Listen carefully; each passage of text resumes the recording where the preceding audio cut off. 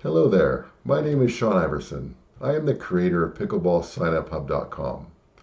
Today I'm going to demonstrate for you some of the key features of my software.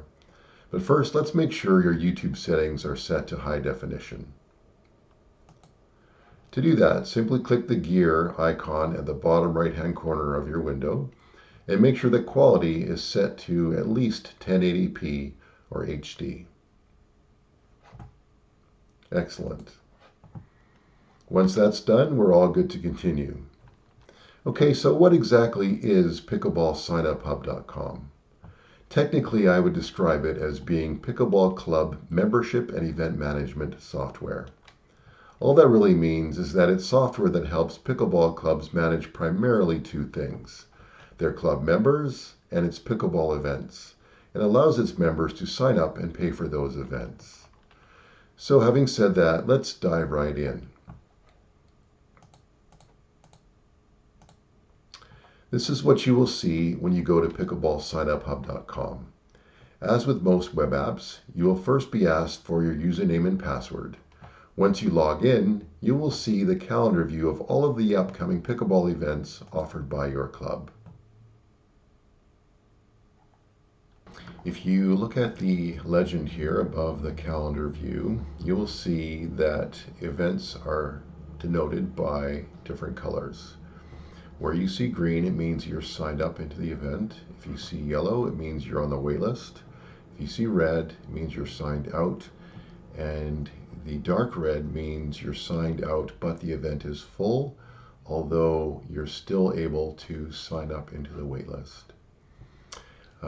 There is one other color, and it's black, and it usually means either the event isn't open for sign up yet, or it's completely full with no wait lists, or both the event and the wait lists are full, and so you can't sign up into it. So a really nice thing about the calendar view, which is what we're seeing here, is that you can see all of the events a month at a time. And in case you're wondering why it appears that only the first week is in different colors and all the other weeks are black, it's because I've configured the system so that you can only sign up into an event a week before it starts. You can't sign up an event that's 2 months away. You don't know what you're going to be doing in terms of calendar, and so we only allow, based on configuration, mind you, to sign up a certain amount of time before the event starts. That can be a day, that can be a few days, a week, month, whatever. In my case, I set it to a week. So very quickly here, we can see by the green color that I am already signed up into 3 events: Club Rating, Men's Mixer, and Duper Session. Okay. But I could also, if I wanted to, sign up into all of the events that are red. Additionally, I am also booked up on the wait list of the Book Your Own Court session. So this is kind of the first view, nice calendar view. There is a second view, and that is what we call the vertical list. And as we scroll down below the calendar, you can see one event at a time in the order that the event starts. And in this view, you can see more information about the event itself. For example, because we're viewing this on an iPhone, we're limited to how much of the event description we can actually see. But as we scroll down to the vertical list view, we can actually see the description of the event in its entirety, along with when it starts, and the location of it. In this case, all of the events at the in this demonstration club are set to Pickleball Palace. We can also see when sign up closes. I've configured these events to close 2 hours before they start to give the club host time to get organized for the event. And you can also see how full the event is in percentage terms, and also 0 of 70 signed up, which means there's a maximum of 70, and there's 0 of 30 waitlisted. So if we scroll down to some of the events that I am signed up in, I can see that in this particular event, it's 21% full. the club rating session. There's 15 of 70 people signed up and nobody on the wait list. If I want to view who's in that, I can simply click the blue View button and it will show me a list of everybody who's in the event. I'm just going to pop back and go into a different event here. So here we have one in which there are 30 people signed up and 3 people are on the wait list. Let me go into there. Click on View, and I can see everybody in the list. Your own name will be highlighted in gold. Everybody else will be just in alternating shades of white. And we can see the 30 that are signed up as well as 3 people that are waitlisted. And in both of these top sections, everybody is listed by order of their club ranking, which is so nice because that allows the club host to put people on courts based on their skill level. So, for example, at our club, we will assign 5 people to each court or 10 people to 2 courts if we're doing a larger 2-court mixer. And we just simply, the club host will just draw a line after the first 5 and write court number 1 on it. They'll take the next 5, write court number 2, and then as soon as people come in for the day, they know exactly where it is they're going. The club host simply click this print button, which will print off their event sheets, and that's what they take with them to the event so that people know where they're going. The reason that I'm seeing everybody else down here is because I'm configured as a club administrator. Normal users would not see the list of everyone in their club. However, they can click View Members, at which point they will see everybody in the club, along with their ranking, their club rating rather. And if they want to, they can drill into their rating and see how it is their rating was derived. So in my demonstration club here, I don't have any history, but if I were to look at my real club, you would see reams and reams of club rating sessions along with the wins, losses, and net wins, and the corresponding amount that I was given for each event, and then the running total of my rating. If I think about it and have time at the end, I will go into more detail on that later. Okay, back to the event list. So whether you are using the vertical list or the calendar view, the process to sign in is the same. For example, if I want to book into this book your own court session, all I have to do is click sign up and boom, I'm in. If I want to sign out, I just click it again. Am I sure? Yes, I am. And boom, I am out. So that's as easy as it is to sign in and out. If I want to do it from the calendar view, same thing. Let's say I want to go into book your own court. I simply click the red icon, click to sign up. I'm in. If I want to go out, click it again. I'm out. If I want to see who's in, I can just simply click view and see everybody who's in. Otherwise, I can go back. And that's all there is to it. A couple of points just about the waitlist. You can choose to configure the system to support waitlists or not. You can also control how many people you allow on each waitlist. So with waitlist turned on, what happens is as soon as somebody signs out of an event, thus opening a spot, the first person on the list, on the wait list, will be moved in and they will be sent an immediate text message and email message. And let me just bring up for you what that text message looks like. There it is there on the right hand side. Sean, you have been moved off the wait list for club play on Friday, March 7th from 7 to 9 at the Landing Sports Center. So we have found wait lists to be really, really nice. You know, oftentimes our events fill up very quickly.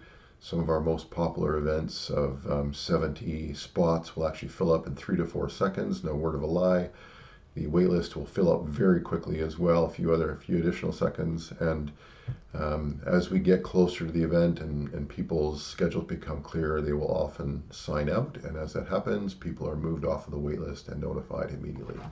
Super nice not to have to keep checking back to see whether or not there's room in the event. You can simply put your name on a wait list and you'll be moved in as soon as the space opens up for you. Okay, so let's next talk about payments. How it is that members pay for their events. This assumes that they're paying for the events that they're going into, as opposed to their membership including unlimited number of events. So first of all, let me say that there are kind of three payment methods that SignUpHub supports. Two involve what are called play credits, and the other is direct pay to credit card. All three methods use credit card payments, and I use a payment processing company called Stripe, which is a very big payment processing company worldwide, and they handle all of the credit card transactions. I'll show you this in a second, but when we get far enough along in the purchase process, you're not even doing that on my site anymore. All of a sudden you're going to their site and they handle security, and it's all taken care of. So again, three different types of purchases, two for play credits and one for direct pay. So the method that we use most commonly is play credits, which allows you to buy, say, 5 play credits at a time, or 10 or 20 or 30. If you buy 30 as an example, you're qualified to play 30 times. You don't have to pay each time. You just buy 30 at once, and then each time you play at an event, you are automatically docked a play credit. That's option number one. Option number two, instead of being charged when you show up to play, you're charged the play credit as soon as you sign up. Okay, so you've purchased play credits, you sign up. As soon as you sign up, you charge the play credit. If you choose and the system allows it, configuration-wise, you can sign out of the event and you will be refunded, again according to configuration. You can set up your refundability to be not at all, or say you can be refunded if you sign out 2 days before the event, or 1 day, or 12 hours, or whatever it is you want to set. So those are the first two payment methods. Play credit, you're charged the play credit when you show up to play. Play credit, you're charged the play credit as soon as you sign up. And method number three is you're actually, as soon as you sign up, you have to pay for it via your credit card. And again, based on configuration, you can either be refunded or not when you sign out, depending on when you sign out. So let me show you how you make a purchase. I'm going to show you how to purchase play credits, but paying for an event, whether it be a play event or a special course or a clinic, the method is the same. So what you do is come up here and you click on your hamburger, which is these three horizontal lines at the top, and you scroll down to Demonstration Club Store. In your situation, it would actually be your club name, Club Store. And then as soon as you click on that, you will see all of the items that your club administrator has set up for you to be able to purchase. So let me go ahead and purchase 17 play credits, which will allow me to play in 17 events. Simply click on the icon, slide down and click Add to Cart, and review my purchase, click Checkout. And then I go and enter my name and my address, and then place order. And at this point, I'm no longer on PickleballSignUpHub.com. I've been transferred to Stripe.com, and they handle all of the collection of my personal payment information.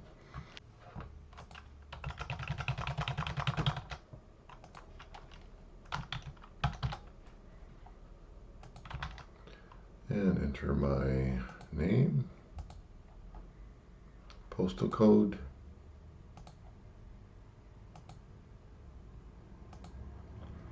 and then click Pay.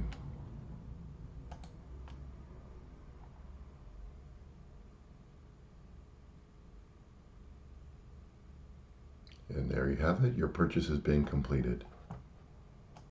And at this point, I want to view my play credits, which I can do at any time, by the way, but I can see All of my play credit transactions, whether it be a purchase, which is what this top one is, you can see I purchased 17 play credits, which boosted my play credit balance from 40 to 57. And then I can scroll up and down and see every single time my play credit balance has been added to or subtracted from. And then we'll just pop back to event sign up. But that just shows you how easy it is to purchase something from the club store, whether it be, again, play credits, or you could sell balls or paddles or whatever you want. Okay, so the next thing I just really quickly want to show you is that in addition to the waitlist text messages that you can configure the system to actually send out reminders to your members of upcoming events. And those can be configured to be sent the day before or the day of the event. And typically you would configure to send the messages via email. So let me just see if I can find out one of those here. Reminder email, there we go. So this is an example of a reminder email that you would get. Sean Iverson, you are signed up to play pickleball tomorrow, men's mixer on Thursday, March 13th from 12:30 to 3, blah, blah, blah. It will also tell you about all the other events that I signed up for so that you can easily be reminded of when it is you're playing.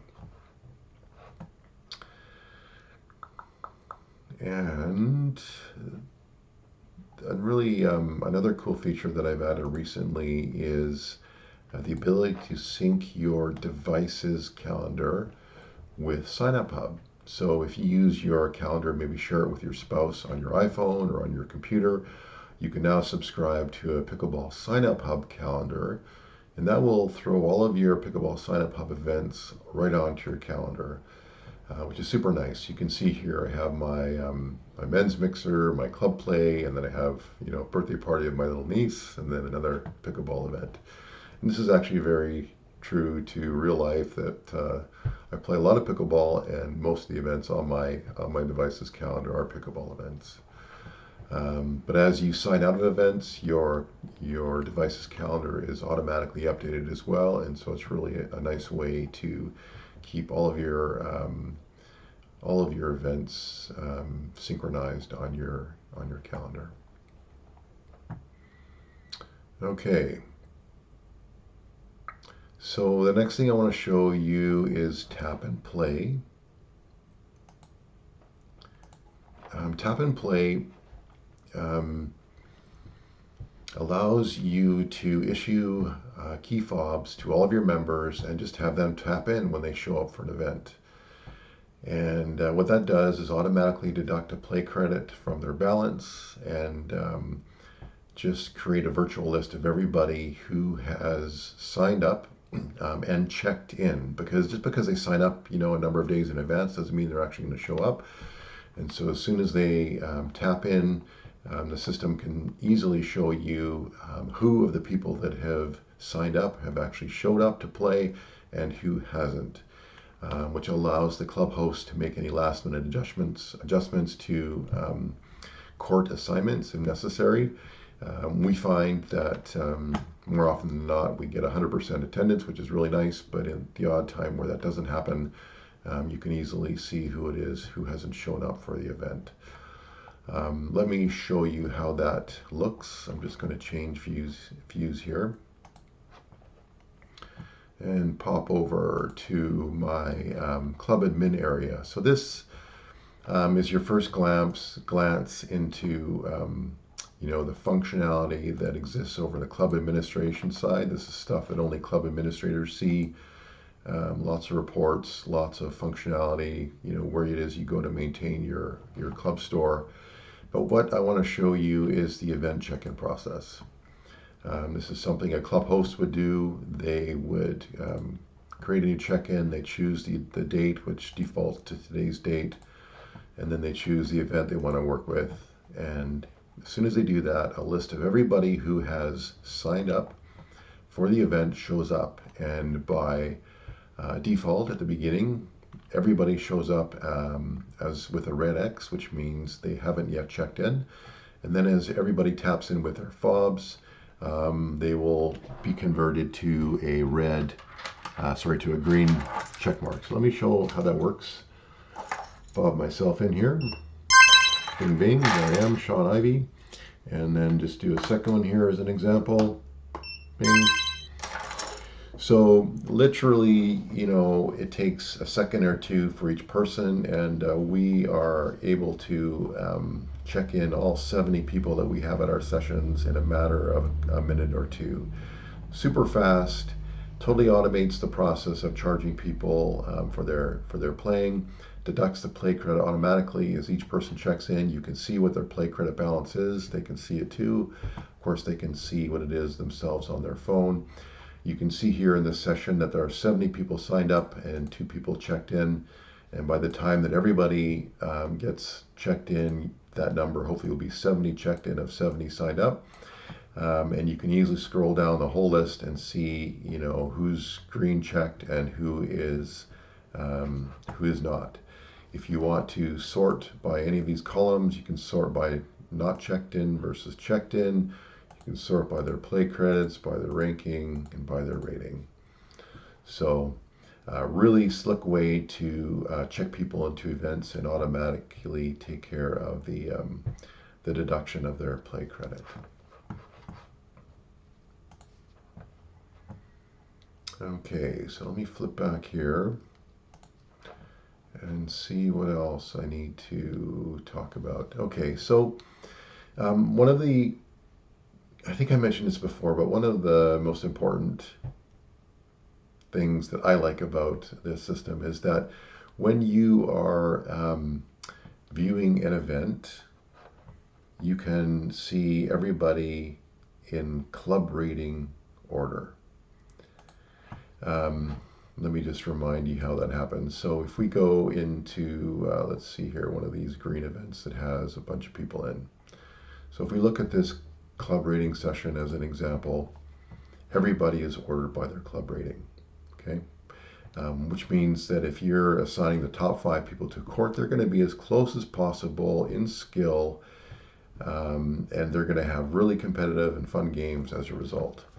The best people in your club are playing together, the medium people are all playing together, the beginners are all playing together, and it's just super nice to have that way of doing that. So the way that we do that in our club is by using a club algorithm based on gameplay. So you can designate certain sessions, certain events as club rating events, and then the scores are kept and then entered into the system, and then the computer will calculate your ranking adjustment, and then of course you're listed in the order of your ranking when it comes to play day.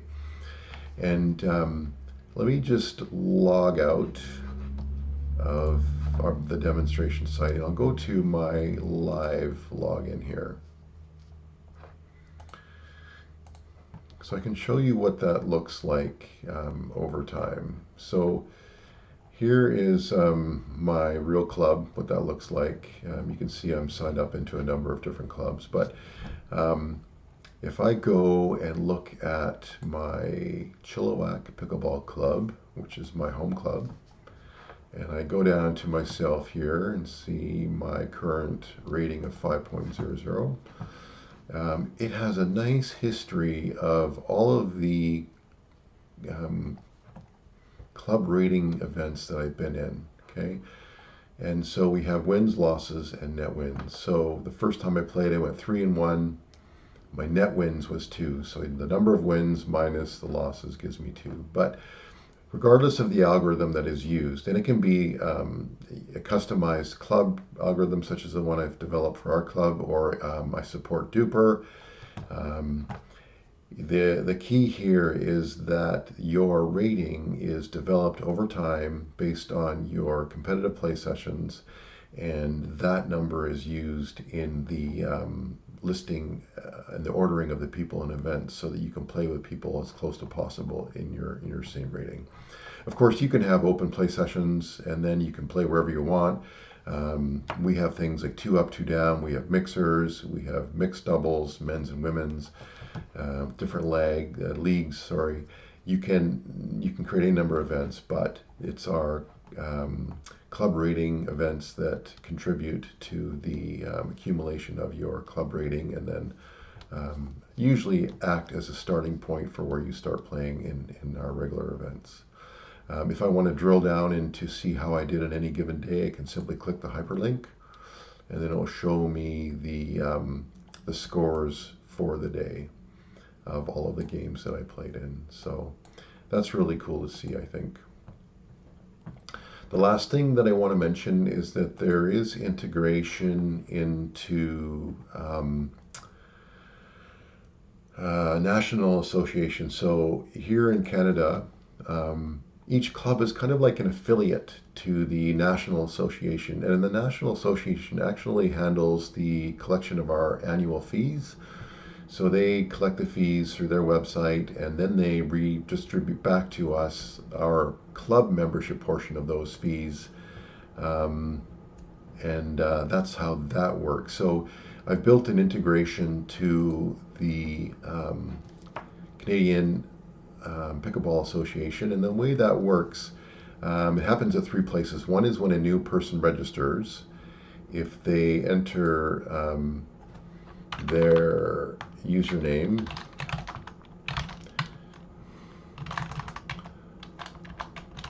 password, and then first name, and then as soon as I choose my club, say I'm trying to get into the Chilliwack Pickleball Club, boom, it's reaching out to the Pickleball Canada website and just saying, hey, you're not registered there. You have to be registered there before you're allowed to sign up for the Chilliwack Pickleball Club. And so once you do that and then come back and try to register in SignUpHub, you'll be allowed to. So the first point of integration is during registration. The second point of integration is actually if you configure your system to require approval by your club admins to allow somebody into your club. It will happen there. It will show all the people who are applying into your club and their Pickleball Canada status.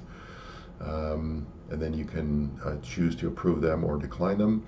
And then the third place it happens is at membership renewal time, which is usually once a year.